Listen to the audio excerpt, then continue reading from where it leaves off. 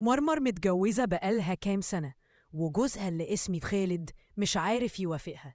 هو على قده في الموضوع ده، وهي ست طالبة الاستقرار والارتواء. مشكلة خالد إن الاستقرار ده بيحصل مرة واحدة في اليوم بالعافية، وكمان الموضوع بياخد معاه ثواني. مرمر كان نفسها استقرار أكبر، حاجة بجد تحسسها إنها عايشة. الموضوع ده كان مخليها على طول في حالة قلق وتفكير. كانت بتشوف الاستقرار الكبير ده في خيالها، وكانت بتحلم بيه طول الوقت، وعلى طول تقول لنفسها الاستقرار الكبير هو اللي بيظبط الحياة بجد. في يوم من الأيام خالد نزل شغله، ومرمر قعدت في البيت مخنوقة. كانت حاسة إنها بتتقطع من جواها. قررت إنها مش هتفضل كده، وقالت لما جوزي ينزل أنا كمان هنزل أدور على استقرار كبير. وهي شايفة إن ده حقها وعايزة تعيش حياتها صح. كانت بتفكر في جوزها، وقالت لنفسها لو كان عنده مشكلة كان لازم يعالجها. أنا سكت كتير، بس خلاص فاضت بيا. وفعلا أول ما جوزها نزل لبست أحلى حاجة عندها، العباية السودة بتاعتها، ونزلت. راحت قعدت في كافيه، مكان فيه ناس كتير، وقعدت تبص حواليها يمكن تلاقي حد مناسب. بس للأسف ما لقيتش أي حد عجبها. رجعت وهي مخنوقة لحد ما وصلت العمارة. بواب العمارة اللي اسمه عادل شافها، قال لها يا مدام عايزة أي حاجة؟ محتاجة مساعدة؟ هي بصيت له وقالت حنفية الحمام بايظة، وعايزة سباك يجي يصلحها قبل ما جوزي يرجع. البواب قال لها لازم أشوفها الأول عشان أجيب لك حد مناسب ليها. هي قالت ماشي اتفضل. طلعت معاه الشقة، فتحت بالمفتاح وقالت للبواب اتفضل شوفها. البواب دخل الحمام، وهي فتحت له الباب. بص على الحنفية وقال لها فعلا الحنفية دي محتاجة سباك بتسرب مية. هي قالت له فعلا بتسرب. الغريبة إن الحنفية دي لو حد دخل قدامها المية هتغرقه.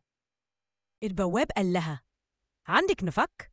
هي ردت عندي، واديهم مفك. فضل يحاول يصلح فيها يمين وشمال، وقال لها يمكن المشكلة مش محتاجة سباك، أنا عندي فكرة عنها. هي قالت له عادي حاول. فضل يحاول حوالي نص ساعة.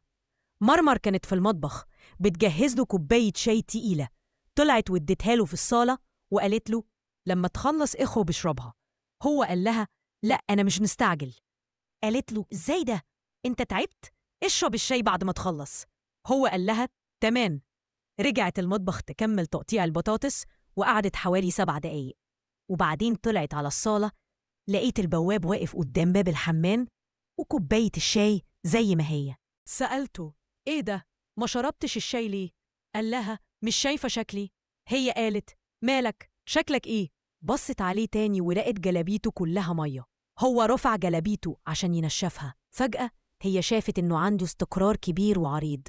اتصدمت. معقولة هو ده اللي أنا بدور عليه؟ كانت حاسة إنها مش مصدقة عينيها. معقولة كل الخير ده موجود جنبي في نفس العمارة اللي أنا عايشة فيها؟ حست بالخنقة والندم. إزاي ما عرفتش ده من زمان؟ قالت له استنى بس استنى. هو قال لها لأ هروح أنشف هدومي بره الشقة. قالت له لأ أنا هنشفها لك هنا، استنى بس. هو قال لها ما يصحش، أنا مش عايزة أتعبك. هي قالت له تعبك راحة. هي قالت له اقلع الجلابية. هو قال لها إزاي؟ ما ينفعش. هي ردت اسمع الكلام أحسن ما أعمل لك مشكلة. هو خاف وسمع كلامها، وفعلا اقلع الجلابية. هي قربت منه عشان تشوف الاستقرار الكبير. كانت بتساعده وهي بتلعب في الجلابية، وكانت حاسة إن كل حاجة عنده واقفة على الآخر. انبهرت بالمنظر. معقولة الحجم الكبير ده موجود جنبي وأنا معرفش عنه حاجة؟ البواب ده بيشتغل عندهم بقاله سنين، وهي متجوزة وعايشة في نفس العمارة، بس عمرها ما كانت تعرف عنه أي حاجة. لولا الموقف ده ما كانش هتعرف إن البواب عنده استقرار كبير. بعدها قالت له بصراحة عندي مشكلة في أوضة النوم، الدولاب مكسور وفي ضلفة ما بتقفلش، عايزاك تصلحها لي. هي كانت بتتحجج عشان يدخل أوضة النوم، وفي دماغها أنا عايزاه يدخل جوه وبعدها هعمل اللي ما يتعملش. وفعلا أول ما دخل أوضة النوم هنا القصة بتخلص، وبتسيبك تتخيل إيه اللي حصل بعد كده. القصة دي بتوضح قد إيه ممكن يكون في ناس حوالينا عايشين معانا في نفس المكان وعندهم حاجات إحنا بندور عليها بس ما نعرفش عنهم حاجة. بتعلمنا إننا لازم نبص حوالينا كويس، يمكن نلاقي اللي بنحلم بيه في مكان مش متوقع. الحياة مليانة مفاجآت، ويمكن المفاجأة اللي تدور عليها تكون تحت بيتك. الأهم من ده كله إن القصة بتفكرنا إن التواصل بين الشريكين هو أساس أي علاقة، وإن الكلام عن المشاكل بيحلها، وبدل ما ندور على حلول بره ممكن نلاقيها في بيتنا. القصة دي مش بس حكاية عن واحدة بتدور على حاجة معينة، لأ، دي ليها مغزى أعمق. بتوضح قد إيه ممكن يكون في ناس حوالينا عندهم اللي إحنا محتاجينه وإحنا مش واخدين بالنا. يمكن الحل اللي بتتمناه موجود على بعد خطوات منك. الحياة مليانة مفاجآت، ويمكن المفاجأة اللي بتدور عليها تكون تحت دارك. والأهم إن القصة بتفكرنا إن التواصل بين الشريكين هو أساس أي علاقة. لو مرمر كانت فتحت قلبها واتكلمت بصراحة مع جوزها خالد عن مشكلتها، كان ممكن يوصلوا الحل مع بعض. يمكن كانوا راحوا الدكتور، أو على الأقل كان فهم حالتها النفسية وبدأ يدور معاها على حل. لكن هي اختارت تسكت وتدور على حلول بره، وده كان ممكن يوصل لها لطريق تاني خالص.